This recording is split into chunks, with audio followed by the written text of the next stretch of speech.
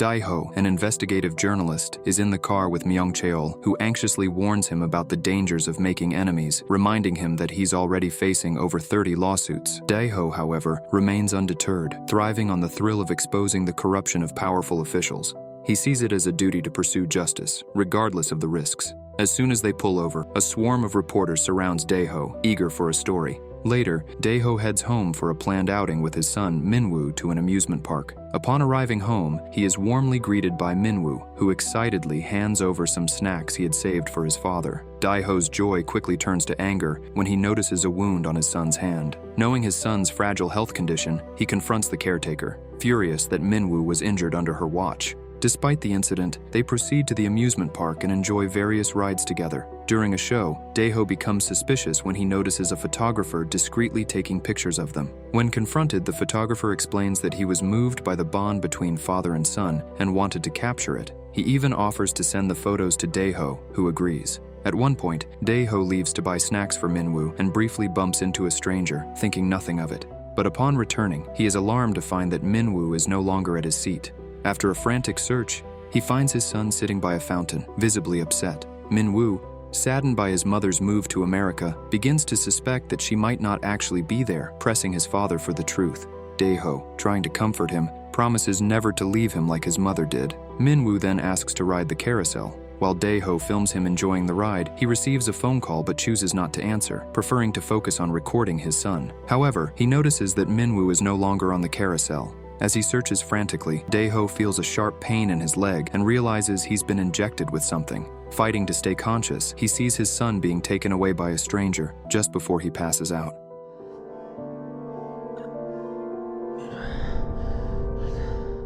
3 years later, Dae-ho is still haunted by his son's disappearance, despite all his efforts to find him. One day, while driving, he sees a political campaigner on the street, and, overwhelmed by his unresolved grief and anger, he impulsively gets out of his car and attacks the person. Meanwhile, a guy is being chased by police, but he manages to hide and escape. Another officer named Bang Seop comes from behind and attacks him. Then he goes back to the station and sees Dae-ho there. Dae-ho was arrested because he attacked a candidate for Congress. Dae-ho claims he is suspicious that everyone has a grudge against him. He then tells Bang Seop he will not give up on his son. Back at home, Dae-ho searches the internet and comes across information about lucid dreaming. He learns that this technique has been used in another country to help identify a criminal, allowing the dreamer to revisit a specific memory within a dream to uncover more details. Intrigued, Dae-ho also discovers that the method's developer is none other than his friend, Dr. So-hyun. Eager to explore this possibility, he immediately contacts her. Initially, So-hyun is hesitant to use lucid dreaming on Dae-ho, concerned about its potential risks, especially if overused. However, Dae-ho insists that it's his best chance to find new leads, eventually persuading So-hyun to proceed. She takes him to the hospital and explains the mechanics of lucid dreaming. Dae-ho learns that he can only remain in a lucid dream for up to 10 minutes. The key difference between reality and the dream state, she explains, is that the second hand on a watch won't move in the dream. To wake up, he must press a specific button on a device she provides. After carefully listening to So-hyun's instructions, Dae-ho is administered the lucid dream-inducing drug. Soon, he enters the dream state but struggles to adjust at first. He recalls the day at the amusement park with his son, retracing every moment and observing the people around him. During this process, he notices a man he has never seen before and becomes suspicious of him. Dae-ho follows the man to the top of a building, demanding to know who he is. Suddenly, everything in the dream explodes, and Dae-ho wakes up abruptly. Confused as to why he woke up without using the device, Dae-ho questions So-hyun about it. She asks if he did anything in the dream that deviated from the actual memory. Dae-ho admits that he pursued an unfamiliar man and describes the individual's features to So-hyun. To his surprise, she shows him a drawing that matches the man he saw in his dream. Dae-ho confirms it's the same person. So-hyun then reveals that the man appears in everyone's lucid dreams, a phenomenon known as shared dreaming, and warns Dae-ho to be cautious of him. Despite this warning, Dae-ho urges So-hyun to administer the drug again, determined to continue his search. He discovers a crucial clue, a distinctive tattoo on the right hand of his son's kidnapper. Back at home, Dae-ho sketches the tattoo and begins compiling photos and maps, piecing together what he knows so far. Determined, Dae-ho barges into Bang Seop's office, despite officers attempting to stop him. He insists that this time, he has something significant. Reluctantly, Bang Seop agrees to let him in, and together, they explore the potential of lucid dreaming. Bang Seop too undergoes a lucid dream session as they continue working tirelessly to connect the dots from these new clues. During one of these sessions, Dae-ho recalls seeing someone wearing gloves. They realize that the person who injected him with the syringe likely wore gloves to avoid leaving fingerprints.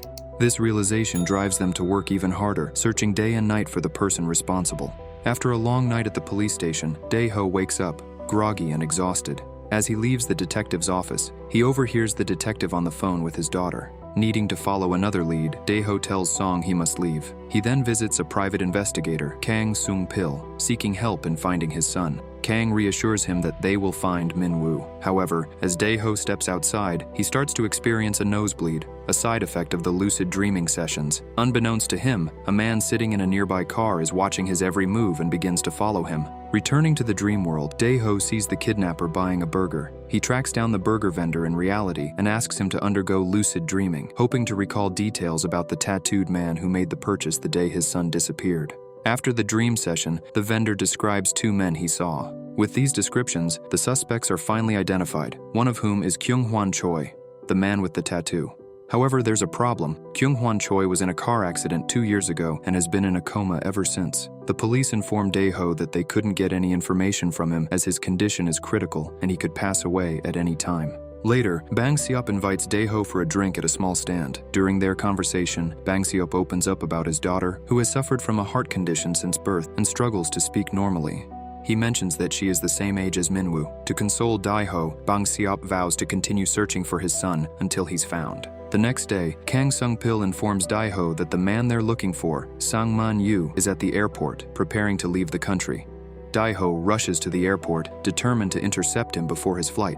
Dae-ho searches the airport frantically until he spots a man in a black suit heading into the restroom. Following him inside, Dae-ho checks each stall, only to realize that Sang-man-yu has changed his clothes and is trying to escape. He chases Sang-man-yu into the parking lot, grabs him, and desperately demands to know his son's whereabouts. Sang-man-yu claims to know nothing about Min-woo and insists that Kyung-hwan Choi is the only one who might have answers. He also coldly suggests that Min-woo may no longer be alive. Shocked and refusing to believe it, Dae-ho is devastated. Just then, Bang Seop arrives and arrests Sang-man-yu. As they take him away, Dae-ho, broken by the news, collapses to his knees.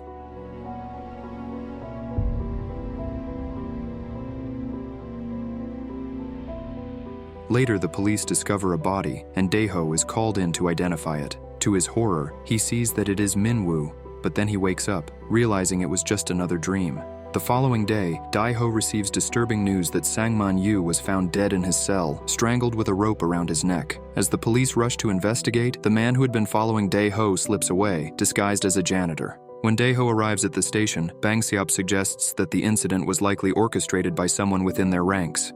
Enraged, Dae-ho realizes he has lost one of his most critical leads. Later, Dae-ho visits the hospital to see So-hyun and notices an important figure surrounded by bodyguards, Chairman Cho. Curious, he asks So-hyun about the chairman's presence. She reveals that Chairman Cho uses lucid dreaming to communicate with his son, who died in a car accident. So-hyun speculates whether Cho could be one of the many enemies Dae-ho has made during his career as a journalist. However, Dae-ho dismisses the idea, believing that he has never had any issues with Chairman Cho. To gather more information, Dae-ho decides to visit a fellow journalist and asks about Chairman Cho. His friend mentions that while Dae-ho never had direct issues with Cho, he did expose a scandal involving Cho's son. The scandal led to a tragic car accident where Cho's son died due to a lack of blood transfusion. His blood type was MKMK, an extremely rare type with only 20 known individuals in Korea. This revelation shocks Dae-ho, as his own son shares the same rare blood type. Convinced that Chairman Cho might be behind the kidnapping in a bid for revenge, Dae-ho decides to follow him. But instead of encountering Cho, he runs into the mysterious man, Kwon, whom he had seen in his first lucid dream. After a tense chase, Dae-ho finally catches up to Kwon. Kwon reveals that he has indeed been visiting Dae-ho's dreams by syncing their dream frequencies, a process known as shared dreaming.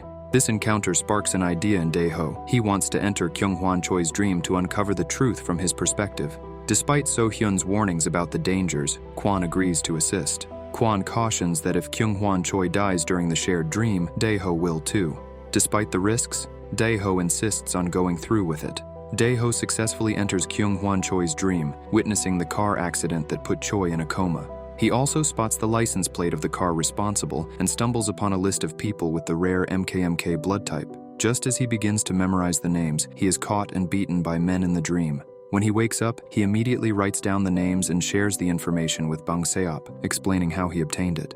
Determined to follow the lead, Dae-ho seeks out Kang Sung-pil to track down the car's owner. Meanwhile, he visits the hospital and finds Chairman Cho in a lucid dream session. Taking advantage of the situation, Dae-ho kidnaps Cho, triggering an alarm that alerts the guards. Despite the chaos, Dae-ho manages to escape with Cho. While Kang investigates the car, Dae-ho interrogates Cho, only to be interrupted by Cho's bodyguards, who beat him severely.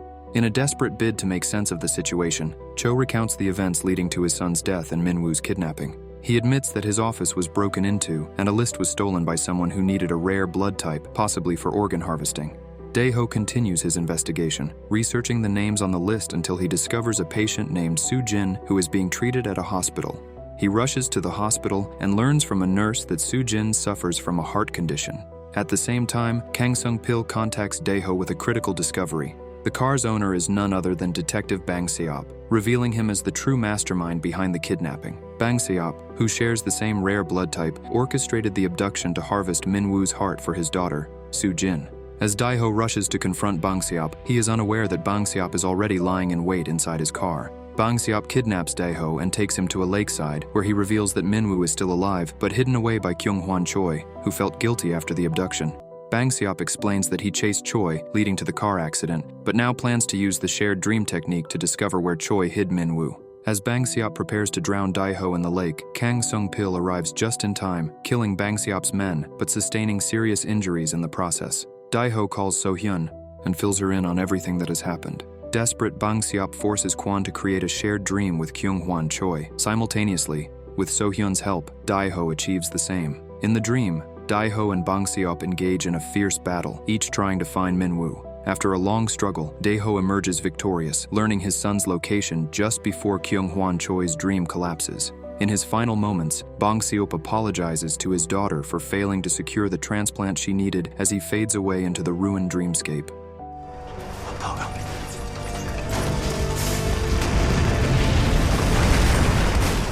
After 3 years, Dae-ho is finally reunited with his son at Namhae Catholic Church. The two embrace, filled with relief and joy, finally bringing their long ordeal to an end. And with that, the movie ends. We hope you enjoyed our video. Watch the next recaps on the screen, and don't forget to subscribe for more amazing recaps. See you in the next one.